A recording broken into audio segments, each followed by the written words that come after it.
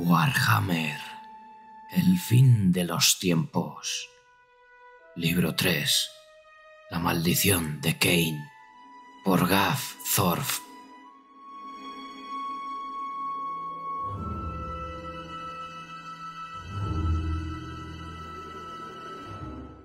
Capítulo 21. La batalla de la Isla Marchita. La Isla Marchita se había convertido en un cementerio arrasado por la batalla. Los Druchi y los Asur, ambos con la firme determinación de controlar el lugar donde reposaba la hacedora de viudas, se habían disputado su posesión durante 5 milenios.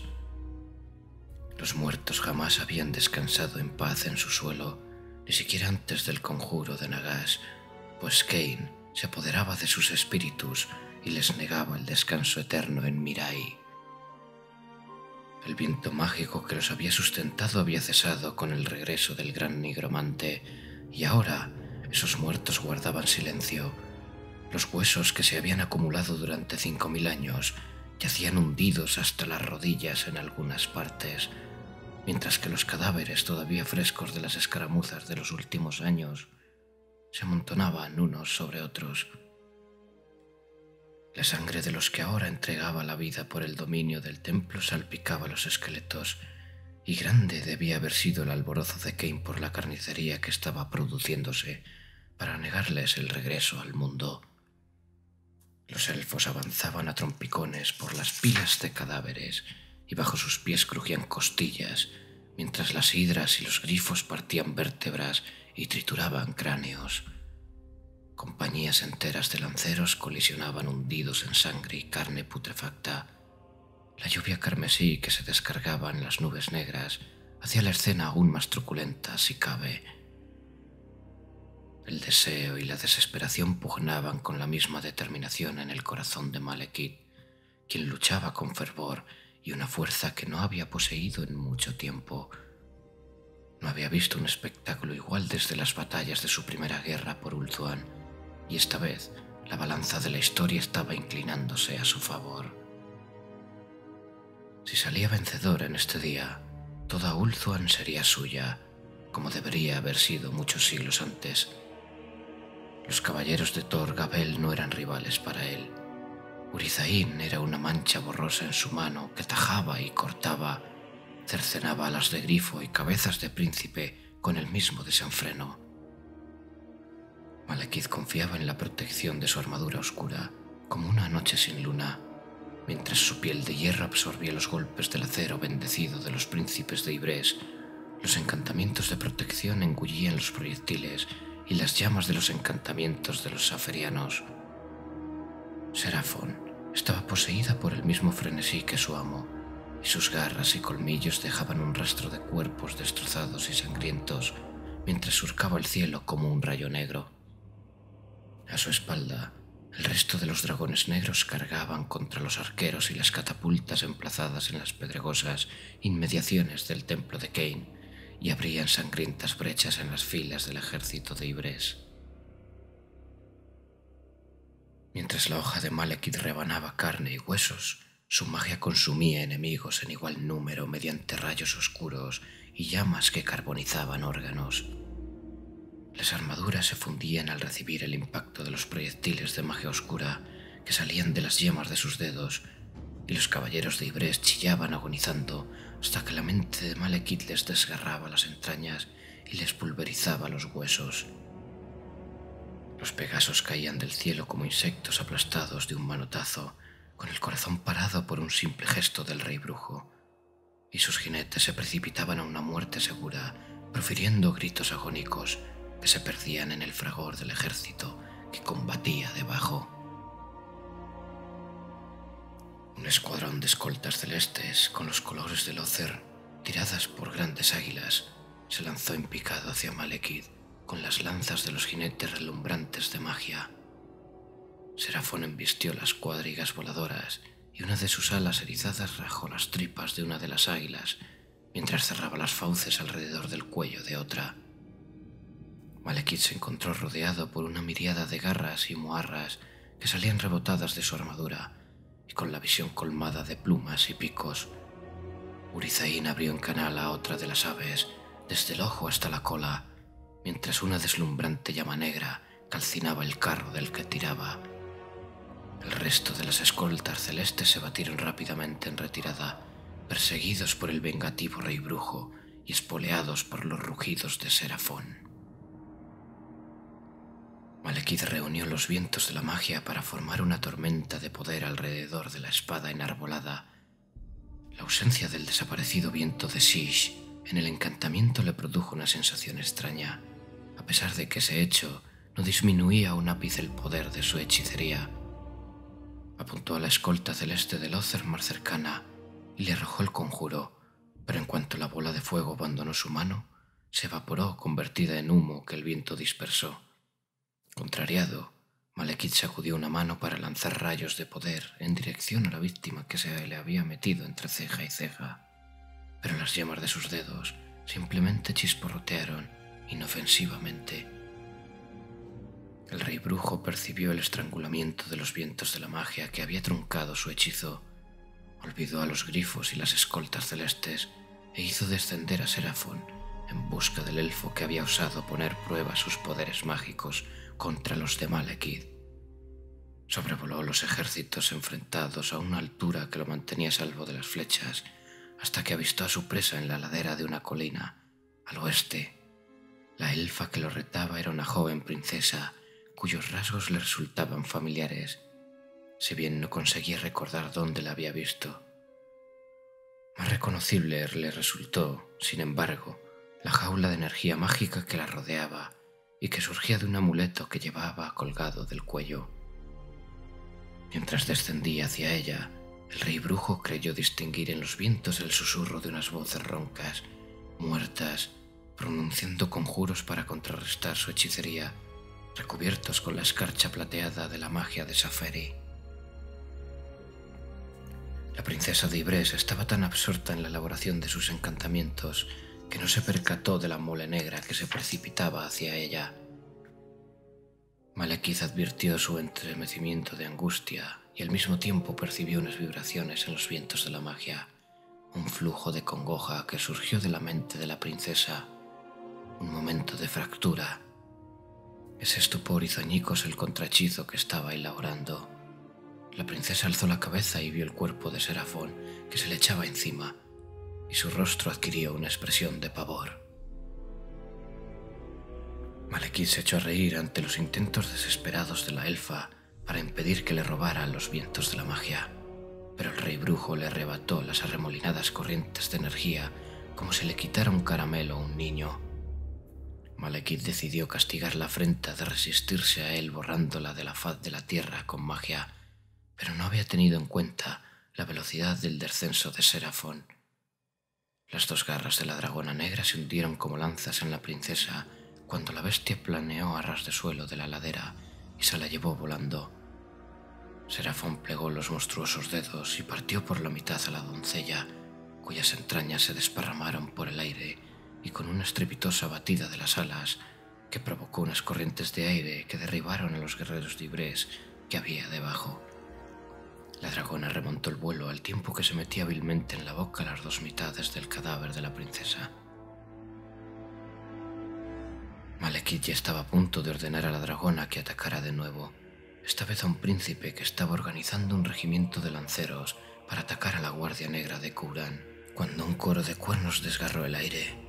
El rey brujo ascendió y llevó la vista al este, donde divisó el resplandor de un ejército nuevo que llegaba bajo las banderas del Ócer y de Cracia.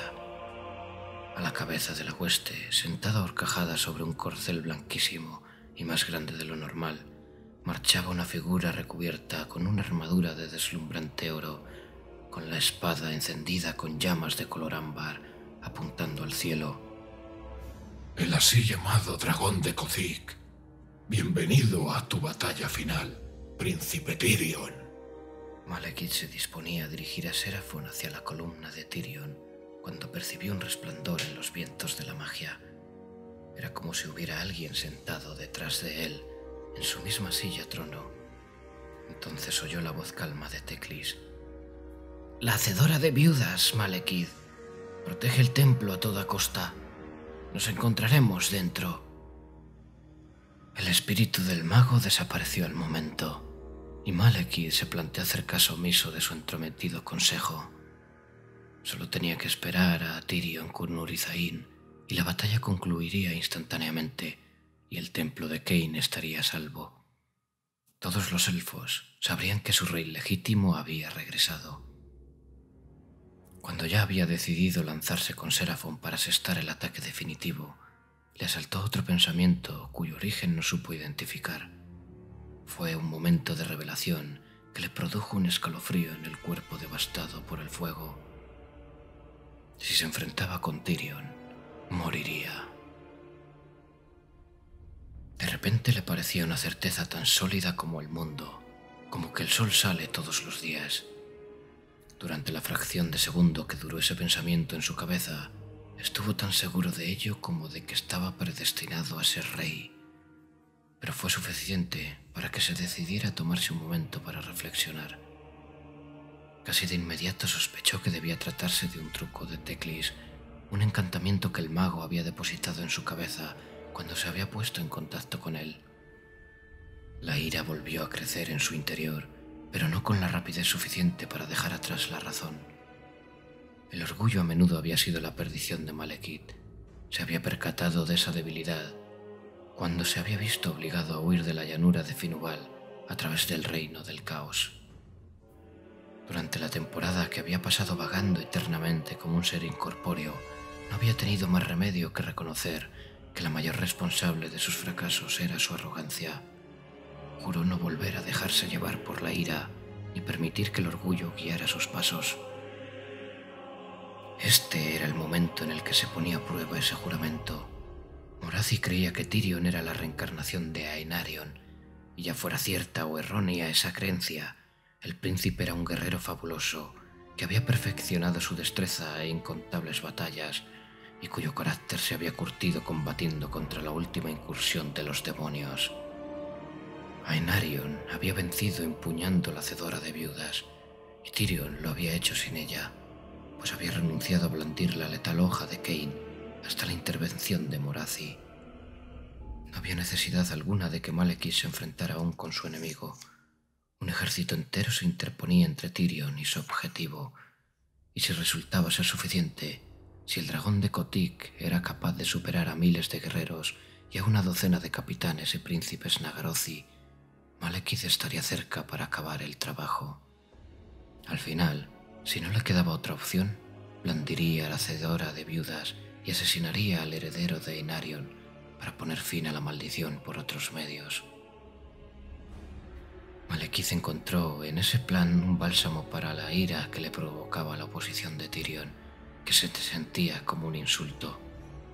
Cuando el dragón de Kotyk muriera, cuando Malekith mostrara su cadáver destripado a los peleles que continuaban negándole el derecho a sentarse en el trono del Fénix, el rey brujo se sentiría satisfecho y con el orgullo en paz.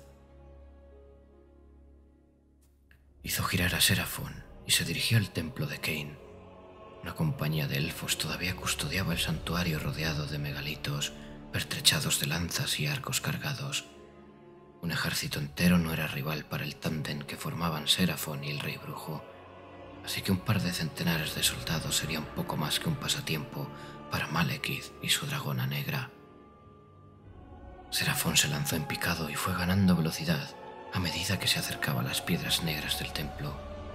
Escasos instantes antes de empotrarse contra la implacable construcción, la dragona dejó las alas desplegadas y se deslizó planeando sin esfuerzo, con las fauces abiertas y las garras extendidas.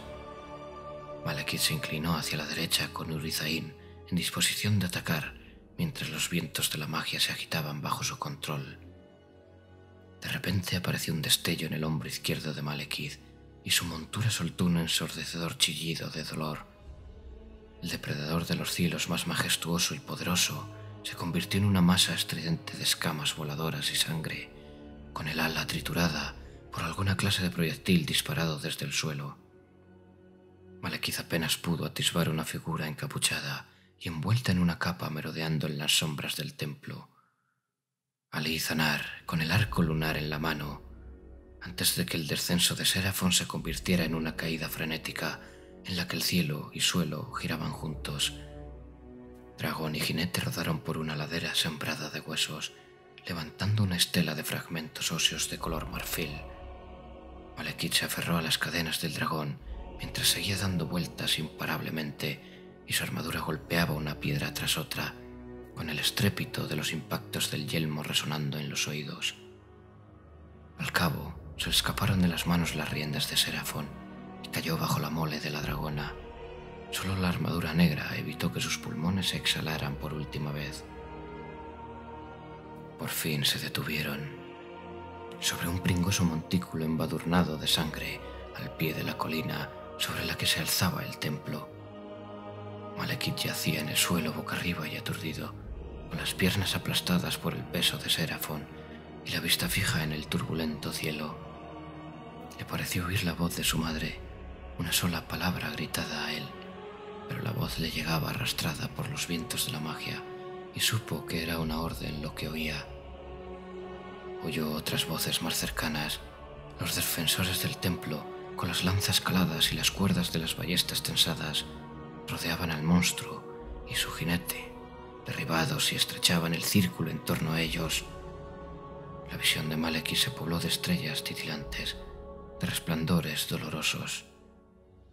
Seraphon se revolvió gruñendo. Del ala devastada le sobresalía un hueso descoyuntado, y el accidentado suelo por el que habían rodado le había abierto heridas y arrancado escamas de los costados. Sin embargo, la dragona negra se puso en pie, y los restos destrozados de la silla trono se precipitaron de su lomo. Los Asur retrocedieron, replanteándose de repente el juramento de proteger el templo con la vida. La dragona miró a Malekith, y éste vio la voracidad escrita en sus ojos. Se vio reflejado en los oscuros globos oculares, una figura retorcida de metal y fuego. Y supo que no había sido un amo cariñoso. Seraphon, dolorosamente, con los labios temblorosos del esfuerzo y los colmillos chorreando saliva, se alzó por encima de Malekith y con un gemido cavernoso se inclinó hacia el rey brujo para que Malekith pudiera trepar por su ala sana hasta el lomo de la silla. Los retornados les disparaban flechas desde el tejado del templo, mientras otros descendían a la carga por la ladera de la colina con las lanzas resplandecientes. Seraphon cortó el aire con el ala sana y bloqueó el aluvión de flechas que cayó del cielo, mientras Malekith recogía a Orizaín de entre los huesos partidos. El rey brujo se encaramó al lomo de la dragona, al tiempo que escupía una maldición que desató una ráfaga de esquirlas de hielo en dirección al templo. Un par de segundos después, cayeron docenas de arqueros con los cuerpos despedazados por la tormenta de proyectiles mágicos, la piel hecha jirones y la carne arrancada de los huesos. Seraphon recibió con la cabeza la carga de la falange de lanceros que descendía por la ladera y destruyó la formación a base de dentelladas. El rey brujo se inclinó a un lado para atacarlos con la espada mágica y asestó poderosos golpes que partieron lanzas de varas blancas y armaduras. Su mirada se tornó letal y hacía perder el juicio a quien quiera que osara posar sus ojos en ella. Seraphon continuó progresando ladera arriba, en dirección a los megalitos que cercaban el templo, y Malekith devolvió la atención a la batalla. Las filas de druches se habían roto, y los guerreros de Grond estaban luchando entre ellos. Entretanto, los otros contingentes rompían los estandartes y se volvían contra los suyos. Morathi.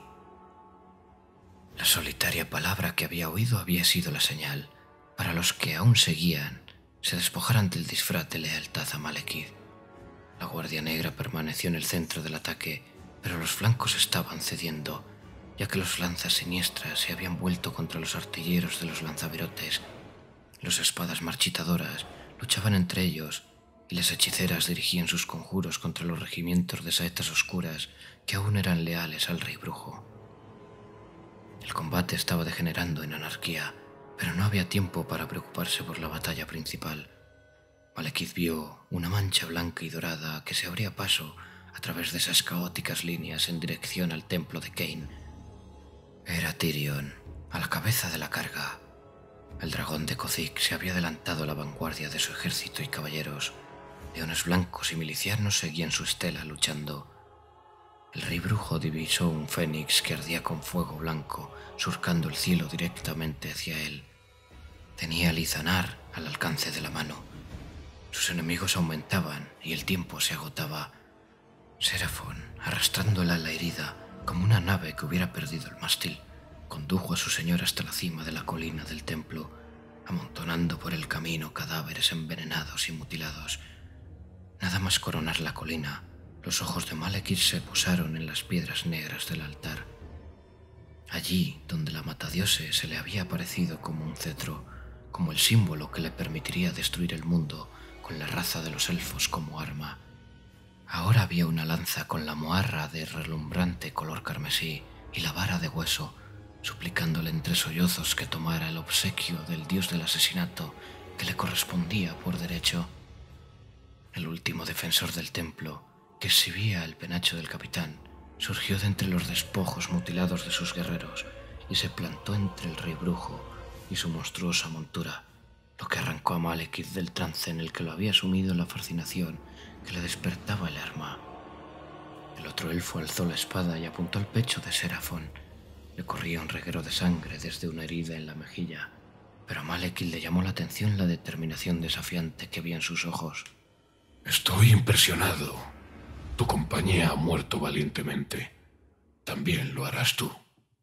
Soy Caradón, el último de los retornados de Cain, espetó el elfo, escupiendo sangre de los labios partidos mientras hablaba. Yo te maldigo, Malekith. Maldigo el... Urizaín lo decapitó. Serafón pasó junto a una piedra erguida con Malekith encogido y pegado a su lomo. El rey brujo volvió a mirar el altar y la lanza que lo atraía con sutiles elogios y promesas. Un ruido, apenas audible en el fragor de la batalla y el estrépito de la lluvia de sangre. Un rumor, el susurro más imperceptible del roce de un tejido, el repiqueteo de gotas de lluvia sobre el metal. Malekith actuó sin pensar y se volvió cortando el aire con Urizaín. El asesino, vestido de negro, se retorció en el aire en mitad del salto desde el monolito cuando la resplandeciente hoja mágica del rey brujo pasó rozándole la cabeza. La maniobra de Malekith bastó para que el golpe letal dirigido a su cuello no alcanzara su objetivo, si bien la daga negra le rajó el hombro recubierto de hierro. La hoja encantada había hendido la armadura cebache como si fuera una vulgar cota de malla.